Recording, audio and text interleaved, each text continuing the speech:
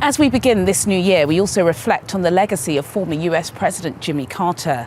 His time in office, though shaped by economic challenges and energy shortages, remains an important case study in leadership through crisis.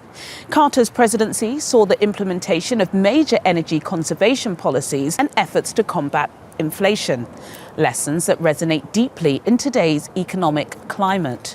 Beyond his time in office, Carter's humanitarian work, including initiatives in public health and diplomacy, helped redefine the role of former presidents, influencing US relations across the globe. Greg, it's such a pleasure speaking with you on Channel's Business Global again. Thank you for bracing the cold, and happy holidays. You're in London. Happy New Year. Yeah, spent Christmas here. All good.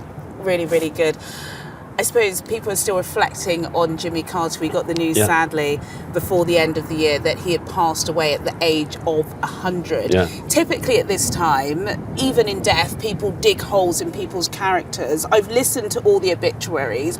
I haven't yet heard anything bad about him. Could you just put into perspective who he was, what type of president America will remember him and the world by? Well, I think the most obvious is the longest living president ever, right? To make it to 100 is a feat for anyone, but especially a former president.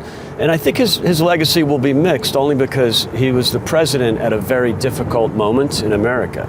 And so it might not have, some of the outcomes from the late 70s weren't necessarily his fault. And maybe he mismanaged a couple of different situations. But for the most part, it was a difficult time in America before he took office, right? You had inflation, you had problems in the world. So yes, there might have been some mistakes that he made, but for the most part, a lot of those problems he inherited from the prior administrations. Unlike now, where a lot of the problems that the country is suffering have been in many ways self-inflicted wounds by the Biden administration or by the people running the country. So I think the legacy of Jimmy Carter will be great, nice man, not a great president, but I think his legacy will also include, more importantly, what he did after the White House, the next 50 years. How do you remember him? Well, I remember because I was, in my late teens when he was president. It was a really difficult time. And, what most will remember is his famous malaise speech, where in July of 1979, the country was suffering from inflation, from recession at the same time, which many economists thought was impossible. You had problems in Iran, obviously, with the revolution and the American hostages, and major problems in the Middle East as well. And you also had the Soviet Union that was misbehaving, to say the least. And these are all very similar to the problems we have today. But he made the malaise speech in the summer of 79, and instead of offering, a real positive solution, he basically blamed Americans in many ways and said, we're too consumerist, we're too negative right now. We're suffering a crisis of confidence, he called it. Whereas I think the solution with the next president was, if you want more oil, let's pump more oil. If you want a better economy, let's liberate the economy. That optimism that you could only get in a Hollywood star. Yes, and if you want to beat the Soviet Union, what Reagan said was, we win, they lose. Yes. And again, Carter, he had some of the legacy of Gerald Ford and Richard Nixon. Remember, Nixon is the one who started the Environmental Protection Agency, which conservatives really dislike. It was Ford who was having real problems with inflation, and détente, which was the idea of working with the Soviet Union instead of against them, of just sort of, can we all get along? That was a Nixon strategy, détente, and Carter continued with it, and again, it wasn't his fault, but Reagan came in and said, they're the evil empire, we win, they lose, and we're going to liberate the private sector in America, which is what he did. How do we reflect on some of his legacies to where we are today? We're saying off air, legacy media's dead, that we're here, we've got a camera here, just one camera, got a nice backdrop. That's all you need these days. You said that Carter, not a great president, but a great man, and it's his legacy that people are going to really remember. Is that missing from today's politics? I know you're a Trump man. Yeah, sure. And, he said some negative things, but then also people do care about personality. Personality politics cares, but also being a nice person. Where's that today? And again, Jimmy Carter started a lot of the great things that Reagan continued, right? He brought Christianity back to the White House. He was an evangelical Christian. That was very unusual. He was also an outsider. The prior presidents from after World War II up until Carter, they were all inside Washington people. Interesting. And he was a governor from a small state. And he paved the way for people like Reagan and Trump, that an outsider. The ordinary folk. Yes, and he was a peanut farmer from Georgia. And so, he brought, religion back to the White House. He brought, some sense of moral, I wouldn't call it superiority, but just moral decency, leadership. And that continued. And so a lot of people recall the 80s revolution as the evangelical Christians, the evangelical right coming to Washington. They actually came earlier, and that was Jimmy Carter. And so, and then he also did something that Reagan capitalized on, which was bringing human rights to the forefront of foreign policy. And that was very much a Jimmy Carter thing. And Ronald Reagan leaned on that. And he mentioned human rights in just about every notable speech, often being critical of Iran and being critical of the Soviet Union at the time. So a lot of the problems we had then, we have now.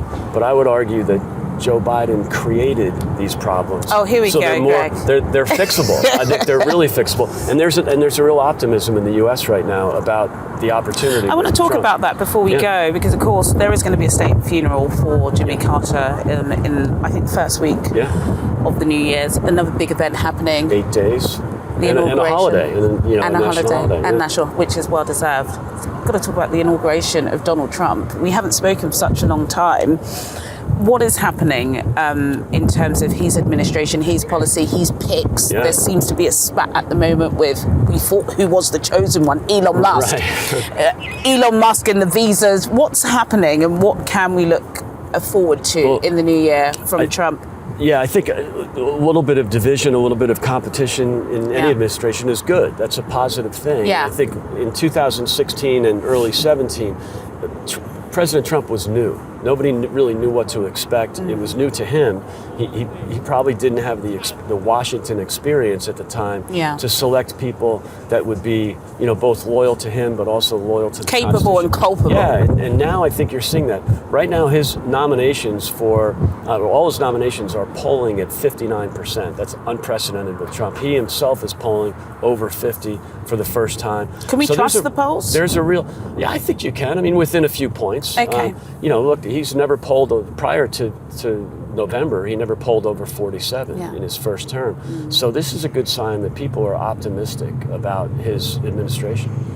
Are you optimistic? Oh, definitely. Yeah. I mean, look, it might be too much optimism, right? Actually effectively delivering on a lot of promises is always difficult.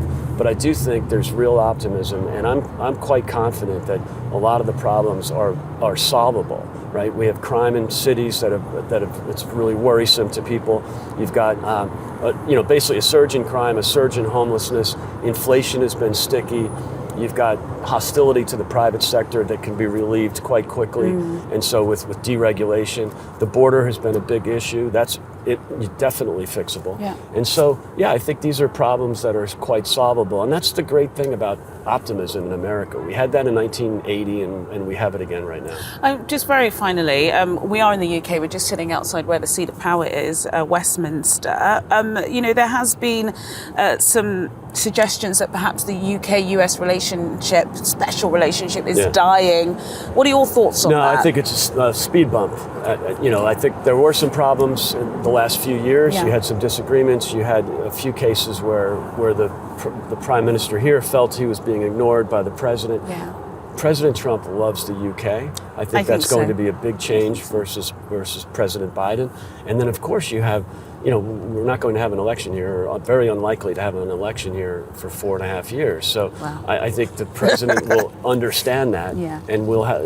I think there's also a great relationship between Nigel Farage from Reform and President Trump. That'll be to the great benefit of Keir Starmer and we're going to have to UK. discuss that, and then of course bring Kemi Badenoch in Yeah. that, who I'm sure, as you know, Yeah. has annoyed a lot of our viewers and lawmakers back home. But that's a story for another day. Also fixable. Greg Swenson, also fixable. I love this optimism. Thank you so much for joining me Great on to the be here, show. Giuliani. Thank you. Happy New Year. Happy New Year.